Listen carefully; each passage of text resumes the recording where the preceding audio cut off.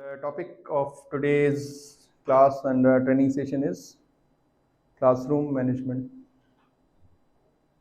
Does anyone have any slightest idea what classroom management is?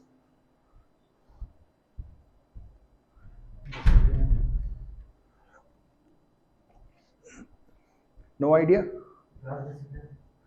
Class discipline, one part of classroom management. Ji, miss. How a classroom is managed. Okay. Sure. That is the main definition. How a classroom is managed. Management is a field in itself. It is a discipline. It's science to study and to conduct any sort of thing. The thing that is managed here is class. As you are the teachers, so you will be managing the classrooms. You will be managing students. You will be managing their studies and their lessons. And whatever the activity is conducted in the classroom, that is supposed to be managed by you. So our topic is classroom management today. Acha, definition of the management. First of all, management refers to optimal way to accomplish tasks and achieve goals.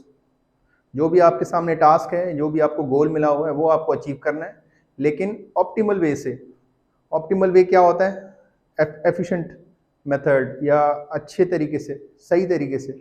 अब मैं आपको बताऊं कि मैं यहाँ से लेके उस विंडो तक पहुँचना चाहता हूँ, तो विंडो तक पहुँचने के लिए मैं जो सबसे बेस्ट तरीका होगा, रास्ता होगा, वो यूज़ करूँगा. ऐसा नहीं कि मैं बाहर से घूम फिर के बहुत बड़ा चक्कर लगा के इसके सामने आऊँ. गोल्स मेरे दोनों तरफ से मीट हो जाएंगे, but that won't be optimal. Optimal way will be the best and most efficient way to achieve your goals and tasks that are assigned to you. So we will be using planning. Organise करेंगे चीज़ें, हम चीज़ें arrange करेंगे, हम direct करेंगे. जैसे मैंने अभी ये सारी चीज़ें डायरेक्ट की कि भाई आप ये करें, इसको आप ये पर्दा लगा दें.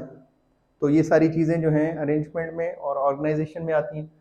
डायरेक्ट भी करते हैं और कंट्रोल करते हैं आप उनके फंक्शंस और प्रोसेसेस. तो ये सारी चीज़ें आती हैं मैनेजमेंट में. जब आप कोई चीज़ मैनेज करते हैं तो आप अपने गोल्स और अपने टास्क अचीव करते हैं by using planning, organising, directing और प्रोसेसेस को, फंक्शंस को कंट्रोल करके. अच्छा दी, the main topic is classroom management की डेफिनेशन जो है, actions teachers take to establish and sustain an environment that fosters students' academic achievement as well as their social, emotional and moral growth. Classroom में सिर्फ और सिर्फ पढ़ाई नहीं होती. क्लासरूम में हर किस्म की जो है वो ग्रोथ होती है बच्चों की. वो पढ़ते भी हैं, वो आपस में दोस्तियां भी करते हैं, सोशल ग्रोथ भी होती है उनकी मोरल ग्रोथ भी होती है.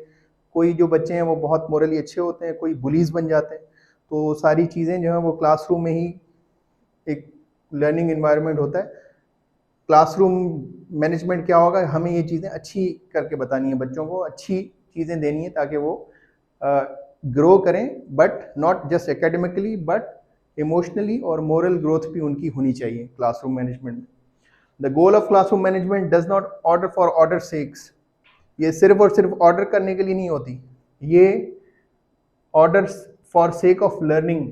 आप बच्चों को खामोश कराते हैं, चुप कराते हैं, अपने गोल्स अचीव करते हैं, लेकिन उनका जो मेन पर्पस होता है क्लासरूम मैनेजमेंट का, वो होता है लर्निंग. और लर्निंग सिर्फ एकेडमिक नहीं, सोशल, इमोशनल, मोरल और जो भी ये चीज़ें आपने अभी देखी. चलेंगे आगे. So what is the concept of classroom management? The management of the classroom is an art. It is an art and it is also a science. From a technical point of view, the administration depends on personality of a teacher and his or her style in dealing with students in classroom, inside and outside it. आप बहुत अच्छे चल रहे हैं classroom में, आपकी personality है, आप गुस्से वाले हैं, तो आप उस तरीके से बच्चों को डील करते हैं. तो पर्सनैलिटी के ऊपर भी है. ये नहीं कहते कि हम सिर्फ गुस्सा या सिर्फ प्यार. कोई टीचर्स होते हैं कंट्रोल ही नहीं कर पाते, तो वो गुस्सा नहीं कर पाते, वो उनकी पर्सनालिटी पे डिपेंड करता है. लेकिन क्लासरूम मैनेजमेंट करनी है तो you will need to be, first of all you will need to be balanced in your approach in dealing with students. सिर्फ अंदर क्लासरूम में नहीं, बाहर भी. अगर क्लासरूम में बच्चे सही चल रहे हैं लेकिन बाहर जो है वो शोर मचा रहे हैं, तो इट इज़ योर ड्यूटी और आपकी मैनेजमेंट में आती है कि आप उनको एक ऑर्डर फैशन में मूव करवाएं या उनको डील करें. It is a set of behavioral patterns that a teacher uses to provide an appropriate learning environment. एक ये जो टूल्स हैं ताकि appropriate learning environment मिले बच्चों को and maintain it to achieve desired educational goals. अब इसमें दो चीज़ें हैं, एक तो appropriate learning environment, appropriate में उनकी तौर तरीका आ जाता है, वो appropriate होना चाहिए, ठीक है, सिर्फ लर्निंग नहीं है. और दूसरा एजुकेशनल गोल्स भी उनके बच्चों के पूरे होने चाहिए. तो ये क्लासरूम मैनेजमेंट का कॉन्सेप्ट है. This is the main thing classroom management is about. It is about desiring completing your desired goals और achieving appropriate behaviours. Classroom management represents a set of activities through which teacher seeks to create and provide a classroom atmosphere that is conducive to positive social relations. ये तीसरी चीज़ है, positive social relations होने चाहिए बच्चों में और teachers में और बच्चों में. ऐसा ना हो कि बच्चे जो आपस में लड़ रहे हैं लेकिन टीचर्स के साथ अच्छे हैं, टीचर जो है एक बच्चे के साथ अच्छी है दूसरों के साथ अच्छी नहीं है. सो द क्लासरूम मैनेजमेंट का है कि आपने एक कंड्यूसिव इन्वायरमेंट देना है जिसमें बच्चे और आपस में टीचर्स और बच्चे टू बच्चे जो हैं वो और टीचर्स टू स्टूडेंट्स, ये सारे जो पीपल इन्वॉल्व हैं क्लासरूम में उनकी पॉजिटिव सोशल रिलेशंस हो उनके बीच में.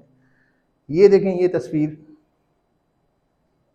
अब ये आपस में एक दूसरे को मार रहे हैं या जो भी डिसऑर्डर क्रिएट किया हुआ उन्होंने, तो ये एक नेगेटिव सोशल बिहेवियर है. तो ये वाली चीज़ें क्लासरूम में नहीं होती. अब ये देखें, अब टीचर्स जो आपस में खेल रहे हैं और बच्चों के साथ खेल रहे हैं, बच्चे आपस में भी खेल रहे हैं और टीचर के साथ भी खेल रहे हैं, तो they are fostering the positive social relation. अच्छा जी, कॉन्सेप्ट में ही चल रहे हैं. Classroom management can be defined a set of activities through which teacher seeks to promote desired behaviour of students and works to cancel and delete unwanted behaviour. ये भी चीज़ classroom management में आती है कि आप डिजायर्ड जो आपका बिहेवियर आप चाह रहे हैं वो हो और अनवांटेड बिहेवियर जो है वो ख़त्म हो जाए.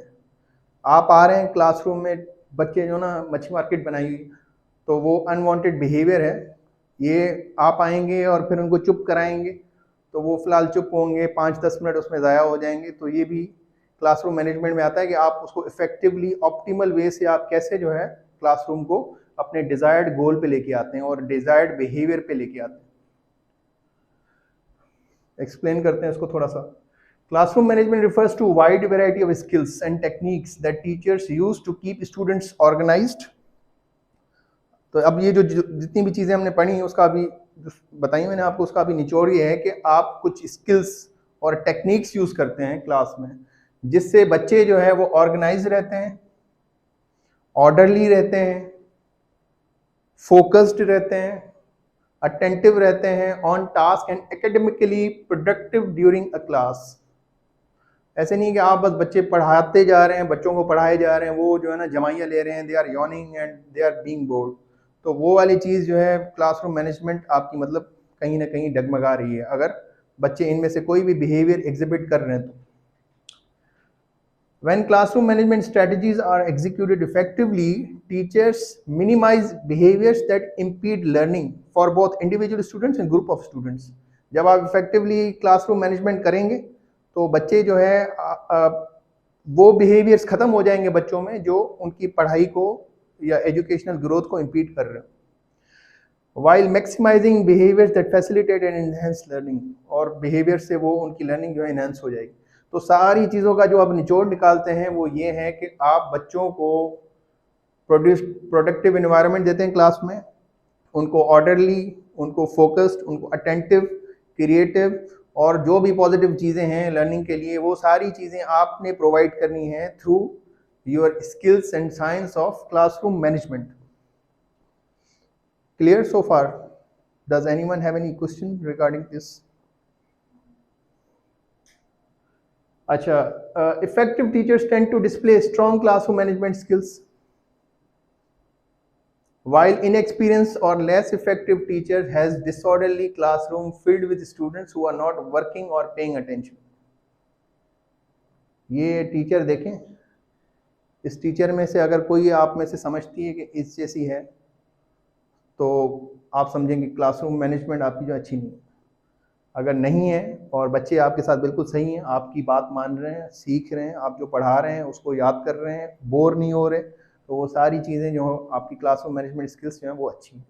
और अगर नहीं अच्छी भी तो कोई इतना बड़ा इशू नहीं है, इंशाल्लाह ये चीज़ें अक्वायर की जाती हैं बाय टाइम और थोड़े से प्रैक्टिस और पेशेंस के साथ और लर्निंग के साथ।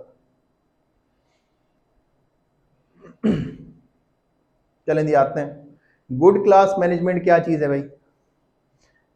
Good class management is classroom management extends to everything that teachers may do to facilitate or improve student learning, which would include such factors as behavior. पहली चीज़ है बिहेवियर। क्लासरूम मैनेजमेंट में आपने उनका बच्चों का बिहेवियर देखना है, ठीक है जी। पॉजिटिव एटीट्यूड होना चाहिए बच्चों का, हैप्पी फेशियल एक्सप्रेशंस होने चाहिए, इनकरेजिंग स्टेटमेंट्स आप दें बच्चों को, बेटा अच्छा काम किया आपने, नाइस गुड। अच्छा, इस पे थोड़ी सी जो है वो है, थोड़ा सा इख्तलाफ है, कॉन्फ्लिक्ट है सम स्कूल ऑफ थॉट से कि आप जो है वो बच्चों को इतनी ज़्यादा इंकरेजमेंट या इंकरेजिंग स्टेटमेंट्स ना दें, do not PAT them on the back. फिर बच्चे जो है वो समझते हैं कि हम जो अच्छा काम करेंगे कोई हमें अच्छी रीइंफोर्समेंट ही देगा, लेकिन सम स्कूल ऑफ थॉट से कि भाई आप बच्चों को ज़रूर इंकरेज करें किसी न किसी तरीके से। तो ये इख्तलाफ है, आप उस पर थोड़ा सा अपने हिसाब से जजमेंट अपनी यूज़ कीजिए। Respectful and fair treatment of students, don't start name calling, किसी को भी नाम नहीं देना कि भाई तुम मोटे हो, तुम छोटे हो, तुम काले हो, ETC मादल्ला। तो ये वाली जो चीज़ें हैं नहीं होनी चाहिए। अगर ये वाली चीज़ें होंगी तो कुछ बच्चे आपके साथ नेगेटिव एसोसिएशंस कर लेंगे और आपकी मैनेजमेंट जो है वो इतनी अच्छी नहीं रहेगी। वो आपसे कुछ ना कुछ बायस तरीके से होंगे या चुप हो जाएंगे या लर्निंग नहीं करेंगे। तो there will be some misconduct in classroom management on your part if you are doing something that is unwanted. Behaviour के बाद आता है अच्छा बिहेवियर एग्जिबिट करें, उसके बाद आता है जी इन्वायरमेंट। अब इन्वायरमेंट क्या है, हमने तो अल्हम्दुलिल्लाह यहाँ पे कोशिश की अपने हिसाब से अच्छा इन्वायरमेंट देने की, but since the day that the lady teachers have joined the school, they were busy in decorating। बहुत सी एजुकेशनल डेकोरेशंस उन्होंने की, ये सारी दीवार जो है आपने बनाई। तो ये इन्वायरमेंट का हिस्सा है। क्लासरूम में जो है वो वेलकमिंग एटीट्यूड होना चाहिए। ऐसा ना हो आप किसी बच्चे को देखें आप मुंह फुला लें, तो वो मुंह फुलाने वाली जो बात है और कोई ऐसा नेगेटिव बिहेवियर वो बच्चों को जो है वो आपको दूर कर देगा बच्चों से। तो वो इन्वायरमेंट जो है उनके लिए अच्छा नहीं है, इस किस्म का इन्वायरमेंट। तो वेलकमिंग इन्वायरमेंट होना चाहिए। क्लासरूम में रोशनी होनी चाहिए, ऐसा ना हो कि आप बिल्कुल अंधेरा करके बैठे हैं पढ़ाने के वक्त। ज़रूरी नहीं कि हर वक्त, लेकिन जब रिक्वायर्ड हो तो आप क्लासरूम शुड बी वेंटिलेटेड और नेचुरल लाइट होनी चाहिए क्लासरूम में। तो ये एक अच्छे इन्वायरमेंट की जो है उसमें पॉइंट है। Classroom filled with intellectually stimulating learning materials, ये इंटेलेक्चुअली स्टिमुलेटिंग ही है। अगर बच्चों को आप पढ़ाना चाहें कि भाई बादल आसमान के ऊपर आते हैं, एक वाटर साइकिल है, तो ये हमने एक छोटा सा इन्वायरमेंट दिया हुआ है। और ये आप ABC की जो है ये आपने जो की हुई हैं डेकोरेशंस, ये उनसे ABC सीखते हैं। ये प्लीज़, वेलकम, एक्सक्यूज़ मी, ये सारी चीज़ें जो हैं स्टिमुलेटिंग लर्निंग बिहेवियर्स हैं और मटेरियल्स हैं। तो इन्वायरमेंट में आपकी लाइट होनी चाहिए, आपका जो वेलकमिंग एटीट्यूड होना चाहिए, और मटेरियल्स जो हैं वो ऐसे हों जिससे बच्चे सीखें या एटलीस्ट इंटरेस्टेड हों इंटेलेक्चुअली। कुछ सपोर्ट करें, जो ऐसे मटेरियल्स जो सपोर्ट करें कुछ लर्निंग एक्टिविटीज़ को, जैसे ये जो है आप please, welcome, excuse me, sorry, thank you, ये वाली जो मटेरियल है आप उनमें अच्छे मॉरल्स और अच्छा जो है वो मैनरिज्म इनकलकेट करना चाह रहे हैं इन चीज़ों से। अप, राइट, लेफ्ट, डाउन, इनसे आप डायरेक्शंस जो हैं वो इनकलकेट करना चाह रहे हैं। और वो नंबर्स भी हैं, एनिमल्स भी हैं, ये जो आउल्स हैं ऊपर 7 हैं, नीचे 6 हैं। तो एक चीज़ से वो बहुत सी चीज़ें लर्न कर रहे हैं। तो इस तरीके की जो स्पेसिफिक लर्निंग की स्टिमुलेशन करें, ऐसे मटेरियल्स भी क्लासरूम के एनवायरनमेंट में होने चाहिए। तो this is part of classroom management. अगर आप ऐसे क्लास में हैं जिसमें ऐसी कोई भी चीज़ नहीं है, तो आपको करना पड़ेगा वो, क्योंकि इन्वायरमेंट बिल्ड करना भी जो है वो क्लासरूम मैनेजमेंट का हिस्सा है, वो क्लासरूम टीचर की ड्यूटी होती है। तो इफ़ शी वांट्स और he wants students to be intellectually focused towards him और हर, तो उसको ये चीज़ें देनी पड़ेंगी। अब आते हैं जी एक्सपेक्टेशंस पे, उम्मीदें, तवक्कुआत। तो एक्सपेक्टेशंस क्या होती हैं, ये सिर्फ टीचर्स से बच्चों की नहीं, बच्चों की भी टीचर्स से होती हैं। तो दोनों चीज़ें जो हैं हमें देखनी पड़ेंगी क्लासरूम मैनेजमेंट में। The quality of work that teachers expect students to produce, the ways that teachers expect students to behave towards other students, the agreement that teachers make with students, ये सारी चीज़ें जो एक्सपेक्टेशंस में आती हैं। ये आप देखें, my face after I give instructions and someone asks what to do, तो ये बच्ची इट्स जस्ट अ मीम, लेकिन ये दिखाने के लिए कि भाई एक बार बताया, आप जो है वो इंस्ट्रक्शंस दी, आप फिर से वही चीज़ पूछ रहे हैं। तो उम्मीद ये है टीचर की, जब मैंने आपको चीज़ बता दी है आपको आनी चाहिए, लेकिन ऐसा नहीं कि आप बिल्कुल रूडली बता दें। You have to find ways to keep them entertained. आप अगर कोई ड्रामा या कोई मूवी देखते हैं तो उसमें स्टोरी बिल्डअप होती है, स्टोरीज भी जो है एक वन ऑफ द वेज हैं कि आप बच्चों के इंटरेस्ट रखते हैं लर्निंग में। तो एक्सपेक्टेशंस पे बात कर रहे हैं, तो एक्सपेक्टेशन ये है कि आप जब टीचर्स जो हैं बच्चों से ये उम्मीद रखेंगे वो किस किस्म का काम प्रोड्यूस करेंगे, ये भी एक एक्सपेक्टेशन है। और बच्चे आपस में कैसे बिहेव करेंगे, ये भी एक बच्चों से टीचर की एक्सपेक्टेशन होती है। और बच्चों की टीचर्स के साथ क्या बिहेवियर होगा, ये सारे जो है एक्सपेक्टेशंस का हिस्सा है। स्टूडेंट्स एक्सपेक्टेशंस फ्रॉम टीचर्स, एक बच्चा या स्टूडेंट जो है वो टीचर से क्या चाहता है या उसकी क्या उम्मीदें होती हैं टीचर से। आप पढ़ सकते हैं, लिसन टू अस। अब ये स्टूडेंट की पर्सपेक्टिव से मैं आपको बता रहा हूँ। लिसन टू अस, टीचर्स से वो उम्मीद रखते हैं कि टीचर हमें हमारी बात सुनेगी या सुनेंगे। इज जनरस, पैसे देने के मामले में नहीं, वो आप पढ़ाई अच्छी करवाते हैं, you are generous in helping them. तो हैज़ फेथ इन अस, आप हम पे कुछ ना कुछ तो एतमाद रखें। Encourages us, keeps confidence, takes time to explain. ऐसा ना हो कि बस वो आपसे एक बार पूछ रहा हो, आप जो ना ढूंढ फट जाएं कि भाई ये क्या, आप क्यों पूछ रहे हो बार बार। थोड़ा सा सब्र आपने करना पड़ेगा। ये बच्चों की एक साइकी में आता है कि वो आपसे ये उम्मीद रखते हैं कि हम जो आपसे पूछेंगे वो आप हमें बताएंगे या समझाएंगे एटलीस्ट। अगर आप नहीं समझाते तो वो पूछना छोड़ देंगे, और फिर आपकी क्लासरूम मैनेजमेंट जो है वो कहीं ना कहीं पे वो इफेक्टिव होगी। लाइक्स टीचिंग स्टूडेंट्स, बच्चों को पढ़ाना अच्छा लगता होगा तो अच्छी क्लासरूम मैनेजमेंट है। Helps when we are stuck, बच्चे आपसे उम्मीद रखते हैं कि आप उनकी मदद करेंगे जब वो पढ़ाई के मामले में कहीं फंसे हुए हैं। लाइक्स टीचिंग द सब्जेक्ट, जो सब्जेक्ट वो पढ़ा रहे हैं उन्हीं को वो पसंद है। और ऐसा नहीं कि मैं मैथ्स पढ़ाना शुरू करूँ, मुझे इतनी नहीं अच्छी आती, जो है किसी को इंग्लिश नहीं आती होगी तो वो इंग्लिश पढ़ाना शुरू करे। तो बच्चे एक्सपेक्ट करेंगे कि जो हमें टीचर पढ़ा रहा है एटलीस्ट ही और she is expert in that subject. Allows us to have our say, हर वक्त आप डिक्टेट भी नहीं कर सकते, पेरेंट्स भी बच्चों को डिक्टेट नहीं करते हर वक्त। तो ये थोड़े बिहेवियर बच्चों, ये एक्सपेक्टेशन बताने का मतलब ये है कि बच्चे आपसे जो उम्मीदें रखते हैं ना, आपने थोड़ा सा अपने आप को उस तरीके से ढालना है।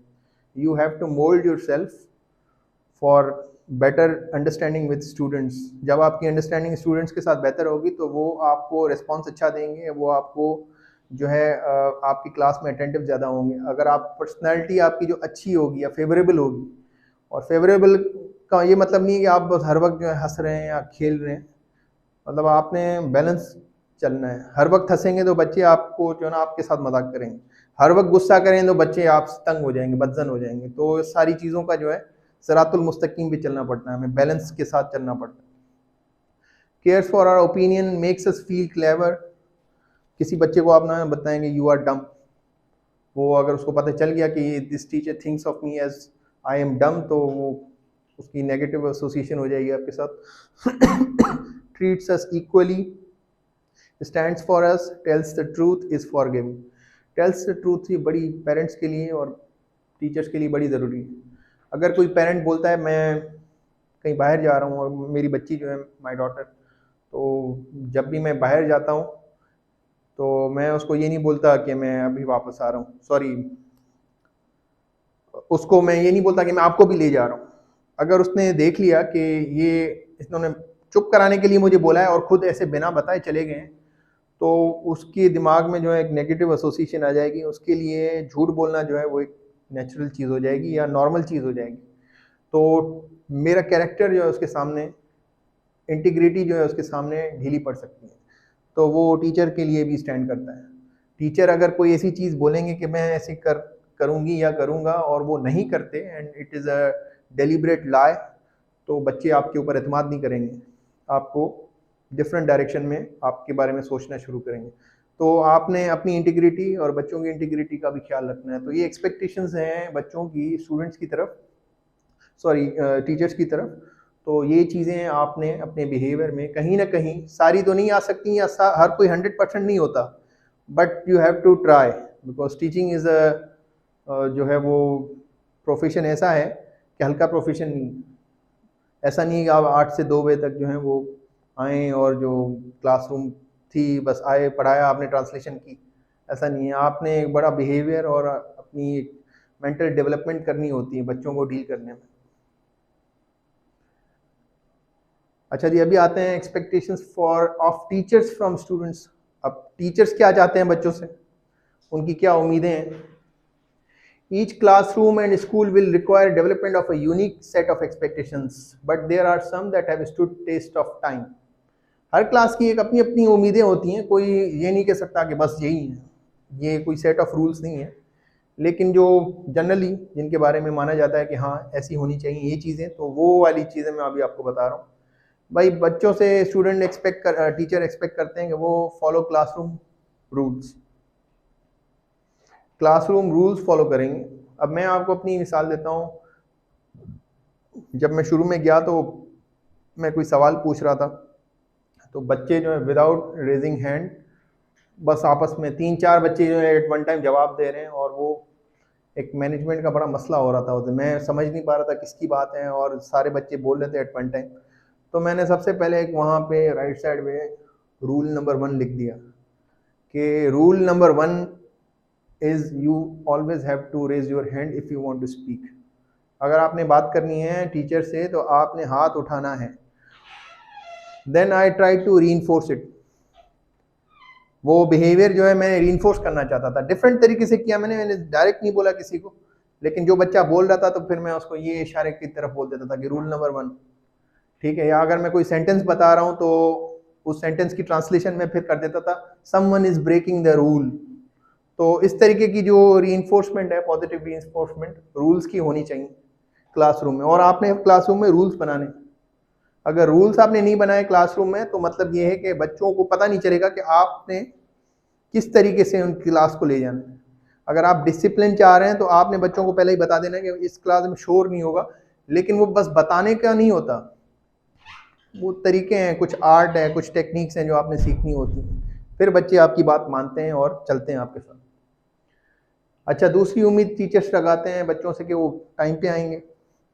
क्लासरूम चल रही है, 20 मिनट गुजर गए, बच्चा आ रहा है, तो वो क्या पढ़ेगा, दूसरों को भी डिस्टर्ब करेगा, खुद भी डिस्टर्ब होगा, टीचर को भी डिस्टर्ब करेगा, ओवरऑल सब डिस्टर्ब होंगे। तो ये वाली चीज़ जो है टीचर्स एक्सपेक्ट करते हैं कि बच्चे टाइम पे हों। बच्चे क्लासरूम में प्रिपेयर्ड हों, क्लासरूम में भी और बाद में भी, क्योंकि क्लासरूम में बच्चे प्रिपेयर्ड नहीं होके आएंगे तो टीचर के लिए सबको ले जाना होता है, और अगर एक बच्चा पीछे रह गया तो मतलब एक बच्चा जो है एक इंग्लिश में कहावत है या फिर मैंने सुना है कहीं में, your chain is the strongest as strong as its weakest link. जब कोई चेन होती है तो वो उतनी मजबूत होती है जितनी उसकी कमज़ोर तरीन कड़ी जो है वो, क्योंकि वो टूट जाएगी तो पूरी चेन जो है टूट सकती है। तो बच्चे अगर क्लास में रेडी नहीं होके आएंगे तो आपने फिर उनकी स्पीड आपको घटानी पड़ेगी, उन बच्चों के लिए जो रेडी नहीं होके आए। तो आपकी उम्मीद बच्चों से ये होती है कि वो प्रिपेयर्ड होके आएंगे। Be considerate and respectful.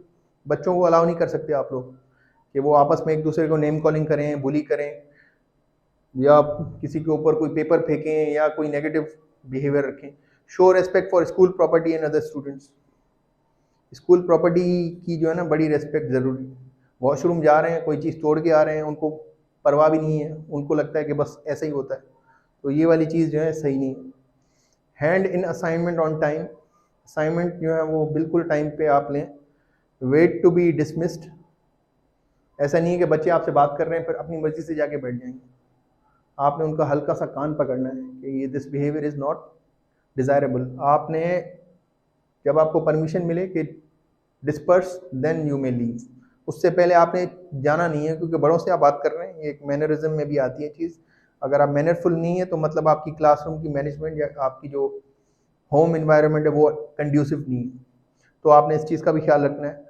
Actively participate in class discussions, अभी हर किसी के ऊपर अप्लाई नहीं करता, कोई लोग जो है थोड़े साइलेंट होते हैं, कोई ज़्यादा लुकेशियस या टॉकेटिव होते हैं, तो लेकिन फिर भी टीचर एक्सपेक्ट करता है कि आप क्लासरूम में वो करेंगे, डिस्कशन करेंगे और एक्टिव पार्टिसिपेशन करेंगे।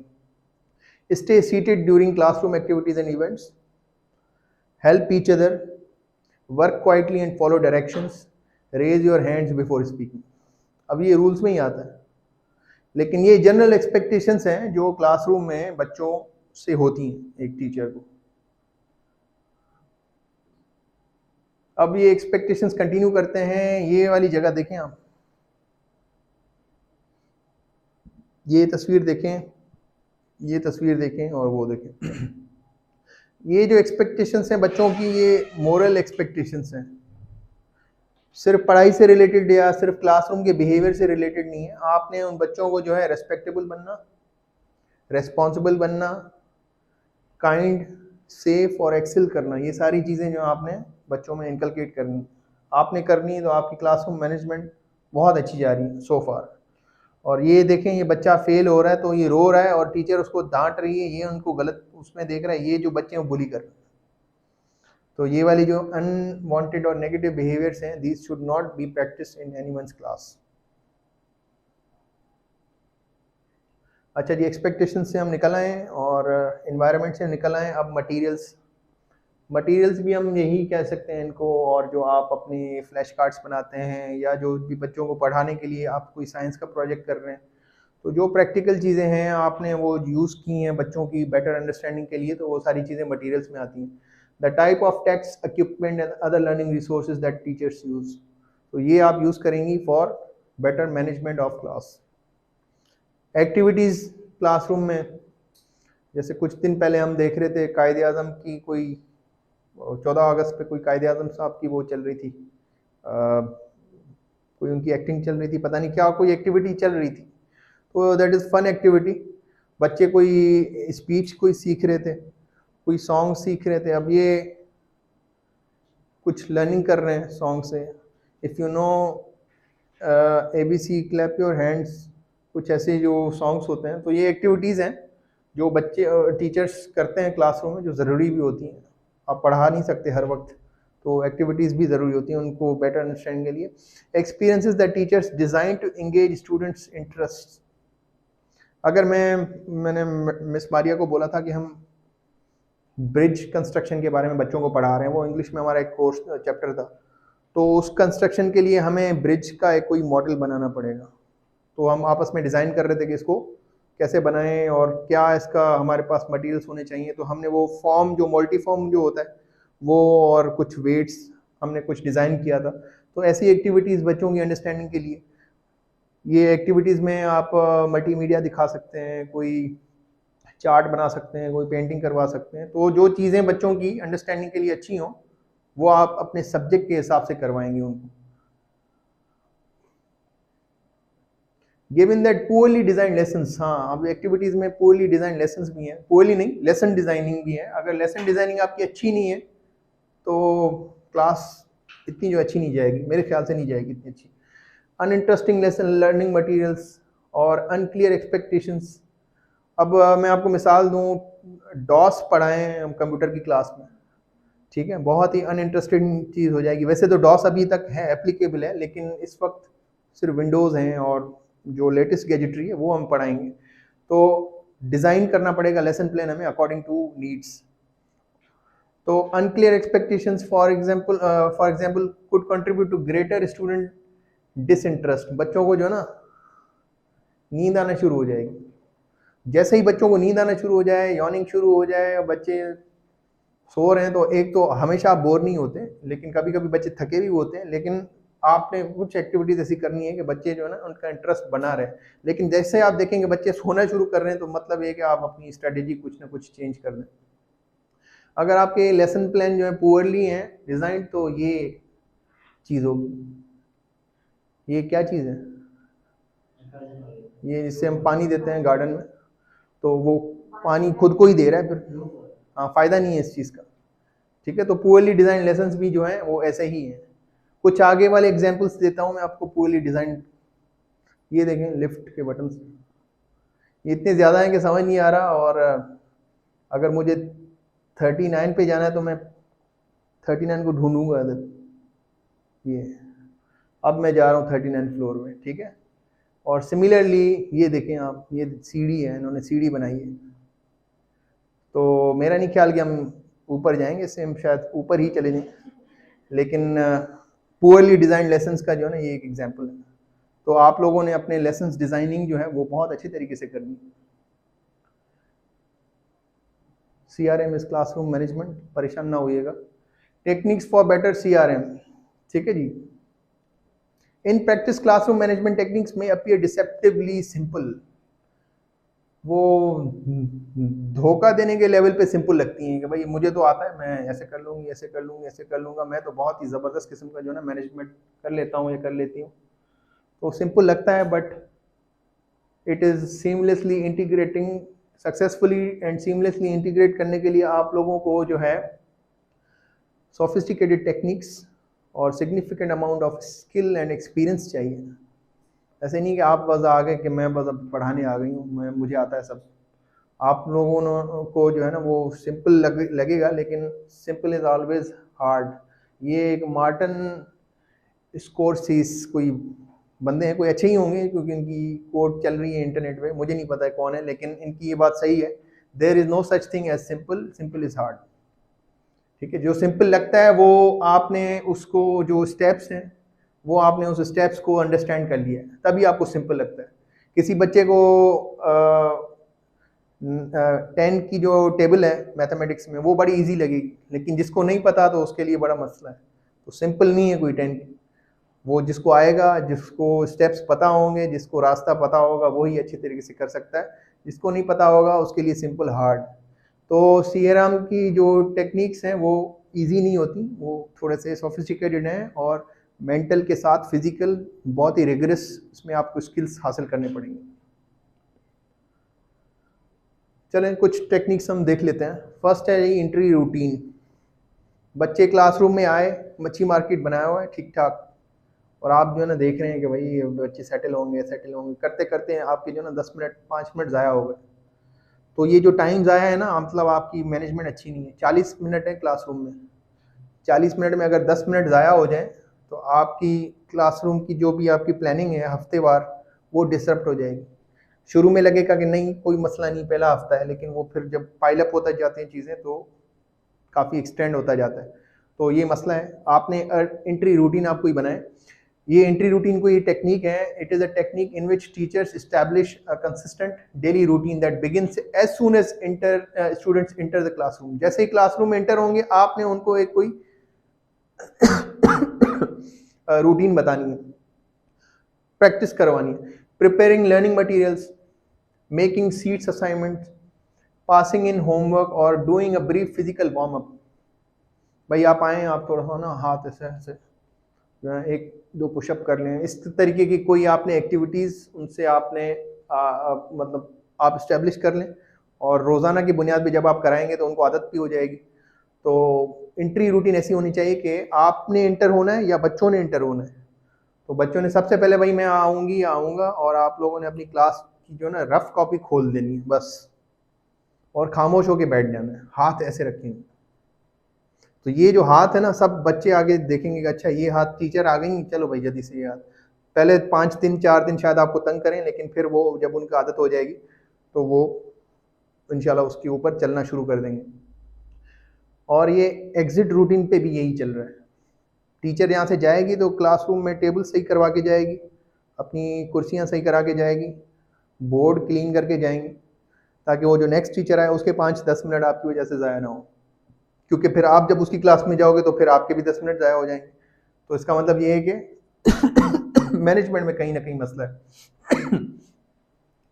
This technique can avoid disorder and squandered time that can characterise beginning of class period. इस टेक्निक से आप लोग जो है टाइम बचा सकते हैं और बच्चों को बिहेवियरल एक पैटर्न आपने दे दिया, पैटर्न पे वो चलेंगे तो इंशाल्लाह क्लासरूम सही चलेगी। दूसरी टेक्निक है जी do now. Do now is the brief written activity that students are given as soon as they arrive in class. भाई मैं आया, आते ही बोलूंगा भाई राइट 10 वर्ब्स, 5 मिनट है भाई, राइट 10 वर्ब्स जो आपने आज किया। या फिर मैं आया और मैंने एक बोर्ड पे लिख दिया ब्रेनस्टॉर्म, आप कल क्या खाएंगे इसके ऊपर ब्रेनस्टॉर्मिंग करें। अच्छा ठीक है जी, सही है। तो इस तरीके की कोई एक्टिविटी आपने दे दी, डू नाउ में आती है, अभी आप करें बच्चों को, ताकि वो बच्चे थोड़े अटेंटिव हो जाएं और उनकी थोड़ी सी पढ़ाई के अलावा कुछ ना कुछ आपकी तरफ अटेंशन जो है वो फोकस आपकी तरफ हो जाए। ट्रांजिशंस बड़ी मैटर करती हैं आपकी क्लासरूम। अब शुएब साहब जो हैं वो बच्चों को क्लासरूम में से मैथ्स की क्लास में से कंप्यूटर के लैब में ले जाते हैं, छुट्टी होती है और ब्रेक्स आती हैं 2, तो ट्रांजिशंस आती हैं क्लासरूम में, और विद इन क्लास में भी ट्रांजिशन होती है। अब ऐसा नहीं कि बच्चे बस 40 मिनट वही सेम चीज़ पढ़ते रहेंगे, आपने उनको एक पढ़ाया, फिर आपने कुछ एक्टिविटी कराई ताकि वो थोड़े रिफ़्रेश हों। एक थियरी है कि आप 1 घंटे में जब पढ़ते हैं तो उसमें से 10 मिनट एटलीस्ट आपने रेस्ट लेना है, तो बच्चों को भी जो है ना रिफ़्रेश करना ज़रूरी है। तो ट्रांजिशंस जो हैं उसके ऊपर आप लोगों ने फोकस करना है। Classroom transition is a process of moving from one lesson to lesson भी आप ट्रांजिशन करते हैं, और स्पेस क्लासरूम से दूसरी क्लासरूम जा रहे हैं, और event to another during course of school day, छुट्टी हो गई या ब्रेक आ गई तो ये भी सारी ट्रांजिशन में आती हैं। They happen several times a day and they can be simple और more complicated with a need to change locations and collecting or swapping of books and equipments। तो ये जो ट्रांजिशंस हैं वो आती हैं, इसमें अभी मैं आपको बताऊंगा कि आगे इसको कैसे वो टेक किया जाता है। Transitions give students an opportunity to stretch their bodies, थोड़ा सा उनको स्ट्रेच करवाएं, थोड़ा सा उनको ब्रेक लें और थोड़ा सा उनको झंझोड़ें कि भाई ऐसा नहीं, ऐसा ज़िंदगी ऐसे नहीं है, इस तरीके से चलती है। तो both incredibly important for maintaining concentration through out the school. अगर बच्चे बोर हो जाएंगे और थक जाएंगे मेंटली, तो जैसे ये थक गई हैं तो वो अटेंशन नहीं दे पाती, तो अटेंशन जब आप नहीं देते या बच्चे अटेंशन नहीं देते तो वो आपके ऊपर कंसंट्रेशन नहीं करेंगे। 3 चीज़ें हैं जिसमें आप ट्रांजिशंस जो हैं वो करनी है आपने, क्यूज़, सॉन्ग्स, बॉडी मूवमेंट्स। ठीक है जी, वो मैं अब बताता हूँ आपको। सर ये थोड़ी फन ट्रांजिशंस हैं, बच्चों को आप ट्रांजिशन की, और आप में भी अपने में ऊपर भी होनी चाहिए ट्रांजिशंस, कि जब आप एक चीज़ से दूसरी जगह जाते हैं या दूसरी फोकस कर रहे हैं या कोई जंप कर रहे हैं टॉपिक टू टॉपिक, तो आपने कुछ बीच में कुछ ट्रांजिशंस करवाएं, कुछ ऐसी एक्टिविटीज़ करवाएं जिनसे उनका इंटरेस्ट बना रहे। बॉडी मूवमेंट, ये किसने जमाई ली? आवाज़ आई अभी इधर मारिया था हो। बॉडी मूवमेंट भाई ये बच्चों को बताएं कि आप जब एक जगह से दूसरी जगह जाएं तो स्नैक मूवमेंट में जाएं, या तो ये जो है निंजा की तरह वॉक करना, ये जस्ट एक एग्जांपल है। ठीक है, आप बच्चों को बताएंगे भाई आप इस कुर्सी से इस पे आ रहे हो ना, निंजा की तरह आओ, तो निंजा की तरह वो खामोशी से आएगा, दूसरे बच्चे उसको देखेंगे, थोड़ा सा खुश होंगे, और फिर अब जब वो सेटल हो जाएगा, ट्रांजिशन भी हो गई, और अब वो बच्चे जो हैं आपकी तरफ फोकस भी करेंगे। ये फन टीचर हैं, ये अच्छी टीचर, तो ये चीज़ हो सकती है। क्यूज़ में आप फ्लैश कार्ड्स बना सकते हैं या कोई भी एक्टिविटीज़ बना सकते हैं जिसमें भाई here is a rhyme, it's a learning time. ठीक है, आप एक राइम्स अगर आप पढ़ा रहे हैं तो फिर इट्स अ लर्निंग टाइम, या अगर लेसन कोई पढ़ा रहे हैं तो उससे रिलेटेड आप कुछ क्यूज़ बना सकते हैं, ताकि बच्चों को एक जगह से दूसरी जगह लेकर ले जाते हैं तो उसको उनका इंटरेस्ट बना रहे, या आप उनको कोई जोक सुना दें या आउट ऑफ द वे कोई चीज़ उनको बता दें, फिर आप बोलें अच्छा अभी हम इस तरफ मूव हो रहे हैं। तो ट्रांजिशंस में पहला है बॉडी मूवमेंट, आप उनको बताएं, बच्चे छोटे हैं, इस क्लास रूम के जैसे, और 1 2 3 के, तो उसमें आप बॉडी मूवमेंट्स, बड़े बच्चे अजीब लगेंगे वो डांस करते हुए और दूसरी मूवमेंट्स करते हुए, तो अच्छा नहीं है, उम्र के हिसाब से, उनकी एज के हिसाब से। तीसरा है जी ऑन सॉन्ग टाइप में आपको बताता हूँ, मेरी वाइफ जो है वो उन्होंने मुझे डिमांड किया है कि आप एक करके दिखाएं। बी ऑन द फ्लोर, भाई अब बैठे हैं तो मैं बोलूँगा be on the floor, be on the floor when I am done, 5 में आई विल बी डन, ठीक है, 5 4 3 2 1। तो ऐसा करते हुए जैसे ही 1 कंप्लीट होगा तो बच्चे बैठ जाएंगे, या आप उनको कोई टास्क देंगे तो it should be done by the time you are done with clapping. Multiple intervention seed signals ये होते हैं कि आप कुछ ऐसे सिग्नल्स बना लें जिससे दूसरे बच्चे जो ना डिस्टर्ब ना हो पढ़ाई के वक्त। फॉर एग्जांपल आप पढ़ा रहे हैं बड़ा इंटेंस, कोई मैं ब्रिज के बारे में बता रहा हूँ और कोई बच्चा आके बोला सर मे आई गो ड्रिंक बाथरूम, ठीक है ना। अब ऐसा कोई बच्चा आ गया तो मैं बोलूँगा अच्छा यार, एक तो मैं उसको बताऊंगा कि ड्रिंक नहीं होता बाथरूम, ठीक है, ड्रिंक वाटर होता है, और आप जो है कुर्सी के जाके बैठ जाएं, नहीं ऐसी कोई परमिशन नहीं मिल रही। तो ये वाले जो प्रोसेस हुआ इसका मतलब ये क्या है, क्लासरूम डिस्टर्ब हुई, मैं डिस्टर्ब हुआ, थोड़ी सी तसलसल टूट गया। तो आप लोगों ने बच्चों के साथ अपनी कुछ नॉन वर्बल या कोई सिग्नल्स बना लेने। इसको देखें आप, ये क्या है सर, पेंसिल चाहिए, तो कोई बोलेगा नहीं, किसी को कोई चीज़ चाहिए ना इशारा करेंगे, ठीक है जी, यस सर, ठीक है, तो इसका मतलब है ये नो। तो दूसरे क्या है, मुझे भी देखने हैं, टिश्यू चाहिए। तो मतलब ये जस्ट फॉर योर इंफॉर्मेशन है, आप कुछ भी बना सकते हैं, ठीक है। आप उनको बोलें कि भाई know talking when I am speaking, जब मैं आपको परमिशन दूं, रूल नंबर 1 है आपने हाथ ऊपर करना है, बोलना नहीं तब तक। तो जो किसी को कोई मसला होगा वो ऐसे बोल सकते हैं कि sir washroom, sir pencil, sir ये, सर वो, तो वो आपके ऊपर है। Seat signals, this is quite important for classroom management. अगर आपकी क्लासरूम में बीच में कोई डिस्टर्ब हो जाएगा तो आपका भी जो है ना जहन इधर उधर हो जाएगा, आपकी क्लासरूम मैनेजमेंट जो है वो खराब हो सकती है। नॉन वर्बल इंटरवेंशन, ये जो है वो देखें इसको भाई को, ये ऐसी इंटरवेंशंस हैं, ऐसे नॉन वर्बल कम्युनिकेशन है बच्चों के साथ कि आप बच्चे को थोड़ा सा गुस्से से देख रहे हैं, या मतलब उसके ऊपर शाउट करने से बेहतर है कि आप थोड़ा उससे गुस्से से देखें, या फिर आप यूँ कर रहे हैं कि आप अपनी बात पूरी करें, मैं इंतज़ार कर रहा हूँ। तो इस किस्म की जो कम्युनिकेशन है बॉडी की, नॉन वर्बल कम्युनिकेशन है, उसको कहते हैं नॉन वर्बल इंटरवेंशन। जब टीचर आई कांटेक्ट करे या कोई जेस्चर दे दे स्टूडेंट्स को, उनको पता चल जाएगा कि वो कोई ऑफ टास्क जा रहे हैं या कोई जो चीज़ उनको करनी है वो नहीं कर रहे या कोई मिसबिहेविंग कर रहे हैं। तो the technique helps teachers efficiently and silently manage students behaviour without disrupting a lesson, ठीक है दी।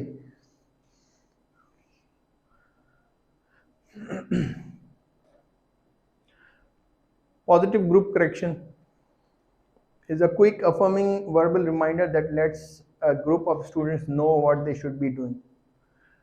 पॉजिटिव ग्रुप करेक्शन, आप देखें इसमें इसकी जो वर्डिंग है, पॉजिटिव ग्रुप करेक्शन मतलब ग्रुप को जब आप करेक्ट कर रहे हो लेकिन पॉजिटिवली, ठीक है। आप अगर कोई बच्चे शोर कर रहे हैं तो आप चीखो नहीं, आप शोर नहीं कराओ, तो वो शोर नहीं करेंगे, तो वो आपने उसको नेगेटिव इन्फोर्समेंट दी। आपने उनको बोलना चाहिए फोकस ऑन योर राइटिंग, ठीक है जी, focus on your writing is positive comparatively to don't make noise.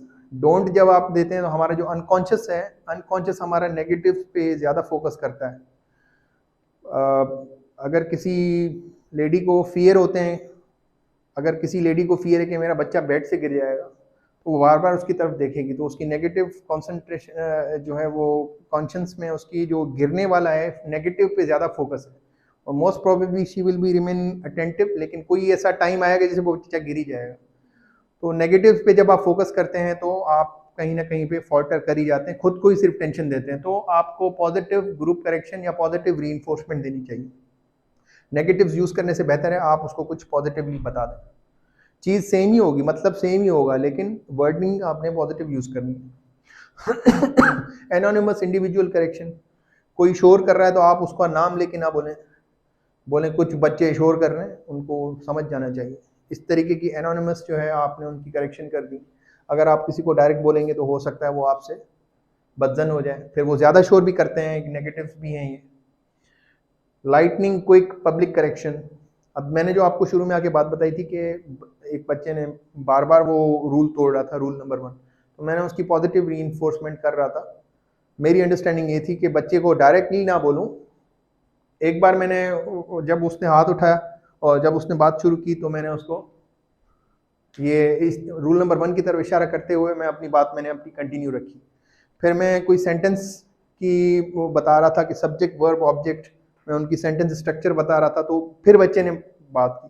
तो फिर मैंने वो रीइंफोर्समेंट जो की, मैंने कहा स्टूडेंट्स ब्रेक रूल्स। तो वो जो रूल नंबर 1 था हाथ खड़ा ना करने का, तो वो उसमें मैंने बताया कि स्टूडेंट जो है वो कोई है, और वो ब्रेक जो है वर्ब है, और रूल जो है वो ऑब्जेक्ट है। इस तरीके की जो है आप लाइटनिंग क्विक पब्लिक करेक्शन कर सकते हैं, ताकि आप अपने जो डिजायर्ड बिहेवियर है वो आप रीइंफोर्स करते रहें। डू इट अगेन, जो बच्चों से बार बार करवाएं वो चीज़, ताकि वो उनको याद रह जाए। तो कंक्लूजन पे आते हैं, और सारी बातों का जो है निचोड़ ये चीज़ें लिखी हुई हैं। आप लोग भी थोड़े से अपनी अंडरस्टैंडिंग के साथ भी लिखेंगे, लेकिन जनरली हमने आज जो पढ़ा है या सीखा है, या जिस ट्रेनिंग का जो मकसद था वो ये था कि आप लोगों ने जो है प्रॉपरली और सही तरीके से क्लास को ले जाना है आगे। उनका आपने बिहेवियर भी देखना है, उनकी आपने पढ़ाई भी देखनी है, आपने सबका बिहेवियर भी देखना है, आपने इंडिविजुअल स्टूडेंट का बिहेवियर भी देखना है, आपने अपना बिहेवियर भी देखना है, आपने क्लासरूम के अंदर भी बिहेवियर देखना है, आपने क्लासरूम के बाहर भी बिहेवियर देखना है। क्योंकि स्कूल का जो टाइमिंग है ना 8 से लेकर 2, ये पूरा टाइमिंग लर्निंग का है। उसमें खेलने भी लर्निंग होती है, बच्चों को रिसेस इसीलिए दी जाती है ताकि वो रिफ्रेश हों, वो भी उनके लर्निंग का हिस्सा होता है। सोशली लर्निंग कर रहे होते हैं, तो वो जितना टाइम है बच्चे लर्निंग ही कर रहे होते हैं। तो टीचर की ड्यूटी है, शी और he has to manage in and outside of the classroom. क्यों? क्योंकि आपने एक कल्चर डेवलप करना है। कल्चर आप लोगों में ये डेवलप होगा अगर यहाँ पे बच्चों का कल्चर ये होगा कि वो दूसरों को जो बुली करेंगे, धक्का देंगे, कपड़े जो हैं वो सही नहीं पहनेंगे, नेल्स बड़े होंगे, तो ये नेगेटिव कल्चर है। तो ये हमारे बिहेवियर के ऊपर है, हमारी मैनेजमेंट के ऊपर है कि हम उसको कैसे मैनेज करते हैं। कल्चर हम देंगे कि ऐसे बिहेवियर एक्सेप्टेबल नहीं है, उसके लिए हमें खुद को सबसे पहले खुद को वो चीज़ें सीखनी पड़ेंगी, और फिर हमें बच्चों को सिखानी। मैं एक छोटी सी मिसाल देता हूँ। कुछ दिन पहले यहाँ पे बाहर बच्चों की शूज़ पड़े हुए थे या चप्पल्स थी, जो भी था, वो बहुत ही एक टपसी टर्वी टाइप पड़ी हुई थी, बहुत एक अजीब सी चीज़ लग रही थी। तो मुझे वो चीज़ बिल्कुल पसंद नहीं आई, और ऐसी चीज़ें नहीं आनी चाहिए किसी सिविलाइज्ड बंदे को। तो वो चीज़ें बच्चे जब आप देखेंगे बाहर, अब ये जो बिहेवियर है ना, ये वाले बच्चे जो हैं बाहर जाके अपने घरों में, रोड्स पे, और लाइन में ना खड़े होना, उधर भी मस्जिद में ऐसी चप्पल फेंक देना, तो ये सारी चीज़ें जो है हम स्कूल से सीखते हैं। तो आप अपने काम को छोटा ना समझें, ये बहुत बड़ा काम है, और ये सारी चीज़ें इसमें आती हैं कि बच्चे कैसे चल रहे हैं, कैसे उनका बिहेवियर है। तो वो आप लोगों ने खुद को भी समझना है, फिर आपने बच्चों को एग्जिबिट करना है। कंक्लूजन ये है कि भाई क्लासरूम मैनेजमेंट, आपने जो है create classroom rules with your students on day 1, maintain classroom rules and routines,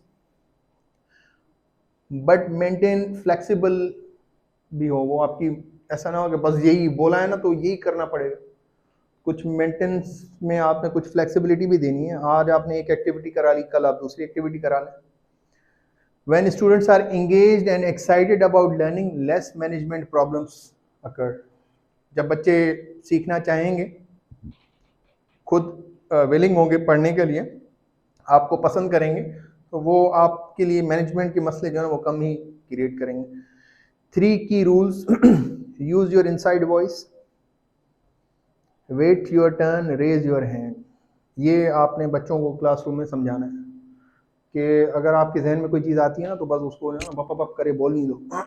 अपने दिमाग में उसको रखो, फिर आप अपना हैंड ऊपर करें, फिर आप अपने टर्न का इंतज़ार करें। अगर आपको बारी मिलेगी तो आप बोलेंगे, नहीं तो फिर आप नहीं बोलेंगे। Always have a backup plan. अगर आपका एक मटेरियल अच्छा नहीं है, नहीं चल रहा, तो आपने कुछ और चीज़ें रखनी है, या फिर आपने एक बैकअप प्लान वैसे ही रखना है कि कभी आपको एक्स्ट्रा क्लास मिल जाती है, या आपको कोई ऐसी एक्टिविटी करनी पड़ती है कि भाई फॉर एनी रीज़न नहीं है, तो आपके पास एक बैकअप प्लान हो। इसका मतलब है कि बैकअप लेसन हो, या आपको पास एक चीज़ प्रिपेयर्ड हो कि भाई अब ये मुझे ऐसी चीज़ आई मैं ये चीज़ कराऊंगी या कराऊंगा। गेट द स्टूडेंट्स इन्वॉल्व, बच्चों को इन्वॉल्व करें। Have them take part in the designing and smooth running of the classroom. एक छोटा सा हिस्सा है, डेमोक्रेसी भी इससे डेवलप होगी। आप बच्चों को बोलेंगे भाई आप लोग बताएंगे कौन से रूल्स होने चाहिए क्लासरूम, तो वो अगर बच्चे इन्वॉल्व होंगे आपके साथ और कुछ एक्टिविटीज़ वो भी आपको बताएंगे, तो वो कुछ आप उनको भी दें कि आपकी भी से है इसमें। इससे बच्चे आपके ऊपर एतमाद करेंगे। Create an atmosphere of respect in which children feel safe, valuable and want to take risk. अगर आप बच्चे को बहुत ज़्यादा डांटेंगे तो वो दो तीन चीज़ें करेगा। एक तो आपसे झूठ बोलेगा, अगर वो भूल गया है असाइनमेंट या कुछ ऐसी चीज़ हुई है तो वो आपसे झूठ बोलेगा। झूठ बोलना मतलब पेरेंट्स जब किसी को डांटते हैं बच्चे को बहुत, तो वो बच्चे डरते हैं और वो दे स्टार्ट रैम्पेंट लाइंग जो है ना उनकी बॉडी में हो जाती है, बस वो उनका बिहेवियर बन जाता है। तो आपने बच्चों को ऐसा नहीं है कि आपने बस हर वक्त डांट रहे हैं, तो उनको कुछ मदरली लव भी देंगी आप लोग और आप कुछ उनकी अंडरस्टैंडिंग भी करेंगी, ताकि उनको ये लगे कि टीचर समझती हैं हमें झूठ नहीं बोलना चाहिए इस point. By aware of all the school, be aware of the all of the school resources. School के रिसोर्सेज का आपको पता होना चाहिए। जैसे सोलर सिस्टम है तो बच्चे ऐसा ना हो कि भाग जाएं सोलर सिस्टम को डम डम डम डम डम कर रहे हैं तो और सारी जो है ना वो लाइटें बंद हो जाएं, फिर कोई एसी का बटन इधर उधर कर रहा है। तो आपने उनको एक रूल्स की और प्रॉपर्टी की, स्कूल की प्रॉपर्टी की, या जनरली कहीं पे भी जाते हैं तो हर किसी की प्रॉपर्टी होती है, तो उसके लिए उनकी रिसोर्सेज और उनकी एहतराम जो है उनको सिखाएं। Do not ignore any negative behaviour. कोई आपको नज़र आए कोई नेगेटिव बिहेवियर है तो उसको छोड़ेंगे आप तो वो बढ़ जाएगा आगे। You have to pinpoint, corrective positive correction करें उसी वक्त ही। क्रिएट अ डेली ड्यूटीज़ और रूटीन्स। एक बच्चे को आप जो है ना एंड में जाते हो बोले भाई तुम बोर्ड साफ़ कर दिया करो, तुम जो है टेबल साफ़ कर दिया करो या सीधी कर दिया करो, साफ़ नहीं। और जापान में जो है वो क्लीनिंग कल्चर है, बच्चे वहाँ पे जमादार नहीं होते, बच्चे खुद ही सफाई करते हैं। पहले 4 साल उनको सिर्फ मोरल्स सिखाए जाते हैं। फिनलैंड में भी जो है वो ऐसी कुछ बातें हैं। तो ये सारी चीज़ें जो है आप डेली रूटीन्स में बच्चों को देंगे तो वो दे विल फील इन्वॉल्व। वो समझेंगे कि भाई हमें जो है बच्चे टीचर जो है हमें कुछ ड्यूटीज़ देंगे। और कुछ चल के आगे हम इंशाल्लाह प्रीफेक्ट और मॉनिटर का सिस्टम भी बनाएंगे, उससे भी बच्चों को कुछ ड्यूटीज़ इनका भी वो होता है। किसी बच्चे की ड्यूटी होगी कि आप नेल्स चेक करें, किसी की ड्यूटी होगी कि आप मार्कर किधर है। तो इस तरीके की जो एक्टिविटीज़ हैं और रूटीन है वो आप करवा सकते हैं। So that was about classroom management. आपको जो है ना सिर्फ वो करना है, इसका मंडे को आपने रिपोर्ट लानी है, ठीक है। रिपोर्ट में आपने अपनी मर्जी का बताना है और लैंग्वेज का कोई वो नहीं है। मोस्ट प्रोबेबली इंग्लिश यूज़ करें, लेकिन अदी सिंबल को जो है वो सिंधी टीचर हैं उनके लिए एक वो है लीनियंसी है, अगर आप सिंधी में लिखना चाहें। पॉइंट इज़ कि आपका पॉइंट क्लियर हो, आपका कॉन्सेप्ट क्लियर हो, आप रटा ना लगाएं, टेक्सचुअलाइजेशन ना हो, कॉन्सेप्चुअलाइजेशन।